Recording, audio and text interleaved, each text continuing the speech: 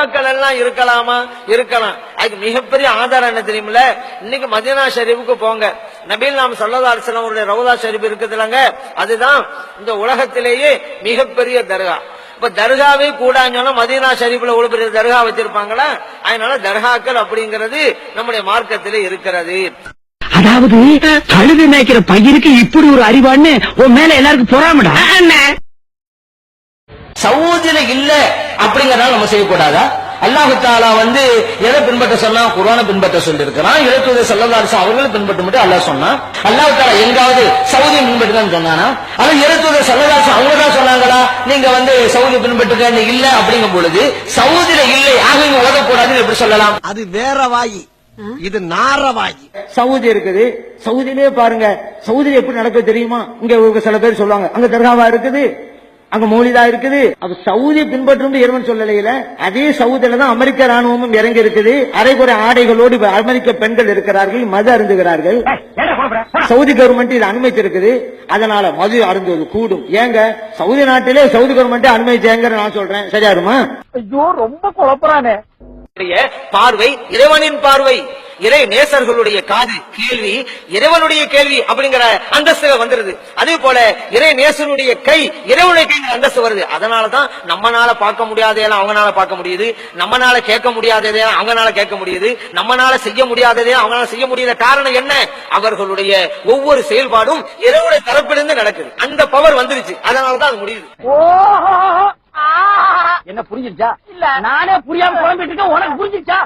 நடப்பது நல்லதா இருந்தாலும் கெட்டதா இருந்தாலும் அல்லாத புறத்துலதான் நடக்குது.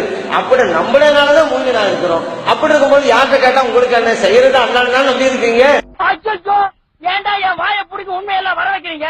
ஸல்லல்லாஹு அலைஹி வஸல்லம் ஒரு சிறு பாத்திரத்துல சிறுநீர் கழிச்சு கட்டளு கீழே வச்சிருப்பாங்க. ஸல்லல்லாஹு அலைஹி வஸல்லம் சொன்னார்கள் உம்மு ஐமனை பார்த்து, அம்மா அந்த சிறுநீரை வெளியே கொட்டிருக்க. அந்த பெண்மணி சொன்னது, ரசூலுல்லாஹ் அது உங்களுடைய சிறுநீர்னு எனக்கு தெரியாது, ராத்திரில எனக்கு தாகம் வந்துச்சு, தண்ணீர் நினைச்சு எடுத்து குடிச்சிட்டேன். ஒரு நபியுடைய சிறுநீர் அது, அதை நீங்க குடிச்சிருக்கீங்கன்னா இனிமேல் வயிற்று பிரச்சனை உனக்கு வராதுன்னு சொல்லிட்டாங்க. நம்ம ஊருக்கு நாய் பிடிக்கிற வேன் வரட்டு, கண்டிப்பா ஒண்ணு நான் புடிச்சு கொடுத்துறேன். நபியுடைய சிறுநீர் கூட உன்னுடைய உடல்ல நுழைஞ்சிருச்சுன்னா உன்னுடைய ஈமான் பலமாயிருங்கிற அர்த்தத்துல சொல்லி ரசூலுல்லாஹ் சொன்னாங்க, நரக நெருப்பு உன்னை தீண்டாதுன்னாங்க. எப்பா சாமி போதும்டா, ஓட்டது ரீல அந்து போச்சு. பண்றணும் பீலா விடணும் அது முக்கியம் இல்ல. நம்ம எது பண்ணாலும் இந்த உலக நம்மள உடனே உத்து பார்க்கணும். நாதாரித்தனம் பண்ணாலும் நாசுக்கா பண்ணணும்டா. ஆனா நம்ம பண்றது 4 பேருக்கு புரியப்படாது, தெரியப்படாது. தம்பி ஒரு நிமிஷம், இந்த முபாகலாம் பிஜெட் நோட் வச்சுங்க. இன்ஷால்லா சட்டம் வரும், சட்டத்துல எல்லாத்தையும் அரசு உள்ள போறோம். அப்ப தெரியும் இருக்காண்டு தவி ஜமாத் சம்பந்தம் என் தவி ஜமாத்துக்கான 20 பேர் அரசு உள்ள போடுறான். பைத்தியக்காரன் தான் எனக்கு முபாகலா பண்ணிட்டு இருப்பான். அதுக்குள்ள கேட்கல பாய், இதாவது இப்படி சரி போன வைப்பா, நான் பேச விரும்பலப்பா, பேர வைப்பா நீ. அப்போ ரம்மிங்கலாம் சகாசம் அவங்க சொல்றாங்க பாய், யார் நோம்பு நோட்டு வீணான விஷயங்களும் பொய்யிலும் இருக்கிறாங்களோ அவருக்கு இருப்பதோ தாய்த்திருப்பதோ எந்த ஒரு பயன் அளிக்காது என்று நீ வாய முடுற கூமுட்ட முஸ்லீம்களை கொலை பண்ணிட்டு பேசிட்டு வெக்கமிட்டு போய் பிஜேபி சொல்லு, உன் பிஜே கிட்ட போய் சொல்லு, கிறுக்கு பயில்ட்ட இந்த மாதிரி முஸ்லீம் சமுதாயத்தை நாசமாக்காத அப்படின்னு சொல்லி அவன்கிட்ட போய் சொல்லு. பைத்தியக்காரன் போன வேடா கிறுக்கு பயில. மீண்டும் மீண்டும் சொல்றேன், என்ன கொலகாரனாக்காத. நீங்க அத கிளாரிபிகேஷன் பண்றேன், அதுக்கு ஒரு ஆதாரம் சொல்றீங்க. நான் உங்களை பத்தி கிளாரிபிகேஷன் கேட்கறேன், நீங்க எந்த டிபார்ட்மெண்ட் அப்படின்னு சொல்லுங்க. என்னைய பத்தி ஏன் நீங்க கிளாரிஃபை பண்ணணும்னு நினைக்கிறீங்கன்னு தெரியல. ஏன்னா தேவடியா மோன பிஜோட சுண்ணியும் தண்ணியும் அப்படி இருக்குதாடா, திருட்டு தேவடியா மோன பிச்சைக்கார தேவடியா மோன மாட்டேன். என்ன ஏன் இந்த மாதிரி கரிசன பசங்களோட எல்லாம் கூட்டி சேர வைக்கிற? ஏங்க மொட்டை அடிக்கிறது ஹலாலான ஒரு செயல், அது எந்த இடத்துலயும் செய்யலாம். அல்லாஹ் சொல்லி இருக்கிறானா இந்த இடத்த தஞ்சாவூர்ல இந்த கடையில தான் நீ மொட்டை அடிக்கணும், இன்னொரு கடையில மொட்டை அடிக்கணும் அல்லாஹ் சொல்றானா. அவங்களோட விருப்பம் இல்லப்பா. நம்ம ஒண்ணு கேட்டா நம்மள அசர வைக்கிற மாதிரி ஒரு பதில் சொல்வாரு பாரு, அது நமக்கு இங்க புரியாது, வீட்டுக்கு போனா தான் புரியும். இப்படி அவங்க செய்யறதெல்லாம் நம்ம செய்யக்கூடாதுன்னு சொன்னா வஹாபியல் முதலாவது சோறு சாப்பிடுற நிப்பாட்டணும். ஏன்னா மாட்டுவ சமுதாயம் சோறு திங்கிறாங்க, இவங்க எல்லாம் ட்ரெஸ் போடக்கூடாது, இவங்க எல்லாம் கல்யாணம் முடிக்க கூடாது, எல்லாம் அவங்க செஞ்சுட்டு இருக்கிறாங்களே. மார்க்கெட்டு கூடுமா கூடாதா? ஷார்ட் மொட்டை அடிக்க மார்க்கெட்டில் கூடும்.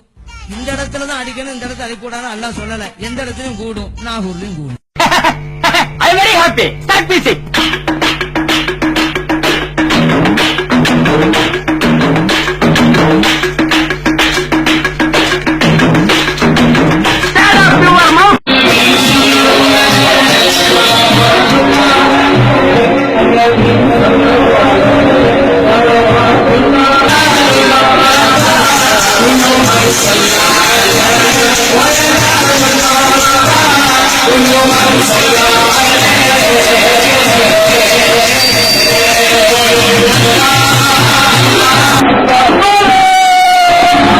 அடங்கப்பா, இது உலக நடிப்புடா. قل هو الله أحد الله الصمد لم يلد ولم يولد ولم يكن له كفوا أحد.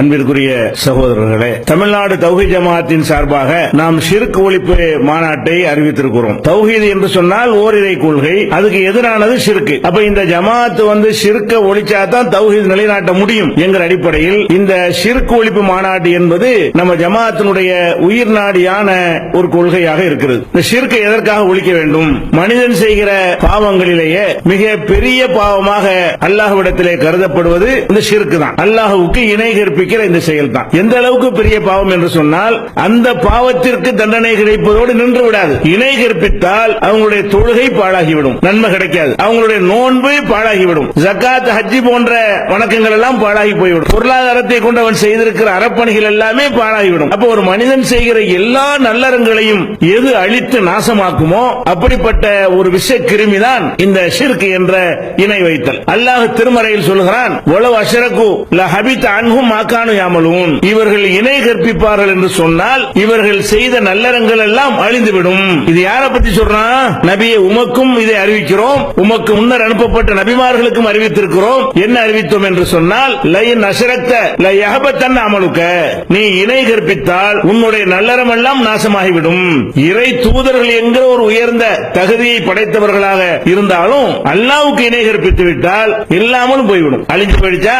அழிஞ்சு போனதுக்கு அப்புறம் மறுமையில போய் நிக்கிறோம் வைங்க, அப்ப என்ன நிலைமை ஆகும் என்று சொன்னால், யார் அல்லாஹ்வுக்கு இணை கற்பித்து விட்டாரோ ஃபகத் ஹர்ரம் அல்லாஹு அலைஹில் ஜன்னா, சொர்க்கத்தை அவருக்கு அல்லாஹ் ஹராமாக்கி விட்டான். முஸ்லிமாக இருந்து கொண்டு நம்ம சமுதாய மக்கள் இணை கற்பிக்கிறார்கள். வமா யூமின் அக்ஸருஹும் பில்லாஹி இல்லா ஹும் முஷ்ரிகூன், அவங்க அதிகமான பேர்கள் அல்லாஹ்வுக்கு இணை கற்பிப்பவர்களாக இருந்து கொண்டே ஈமான் கொள்கிறார்கள் அல்லாஹ் சொல்லி காட்டுறான். ஈமானோட ஷிர்க் கலந்து இருக்குமையானால் அவங்க இணை கற்பித்தவர்கள்ங்கிற பட்டியலில் வருவாங்களே தவிர ஈமான் கொண்டவர்கள், நம்பிக்கை கொண்டவர்கள்ங்கிற லிஸ்ட்ல வரவே மாட்டார்கள். அப்ப இதனாலதான் நம்முடைய முதல் முக்கியமான ஒரு அஜெண்டாவாக இணை கற்பித்தலை ஒழிக்க வேண்டும், ஷிர்க்கை ஒழிக்க வேண்டும் என்கிற ஒரு நிலைப்பாட்டை தௌஹீத் ஜமாஅத் எடுத்தது. ஷிர்க் ஒழிப்புக்காக எதுக்கு மாநாடு நடத்த வேண்டும் என்று கேட்டால் ஒரு காரணம் தானே மெசேஜ் போய் சேரும். இடஒதுக்கீடு ஒரு காரணத்தை வச்சு தானே அந்த நாட்டில் நமக்கு என்ன நடக்கிறது, கொடுமைகள் என்னெல்லாம் மக்களுக்கு விளக்க முடியுது. அந்த மாதிரி ஒரு கோரிக்கையை வைத்துக் கொண்டு ஒரு அஜெண்டாவை எடுத்துக்கொண்டு போகும் பொழுது மெசேஜ் ஈஸியா வைக்கலாம். ஷிர்க் ஒழிப்பு மாநாடு நடத்துறாங்க, அதுவும் போயிடும். ஏன் நடத்துறாங்க, என்ன நோக்கம், எதுக்காக ஷிர்க் ஒழிக்கணும் என்கிற செய்திகள் எல்லாம் இன்னைக்கு போய்கொண்டே இருக்கும். அதற்காக நீங்கள் எல்லாம் ஒத்துழைப்பு செய்ய வேண்டும். நீங்கள்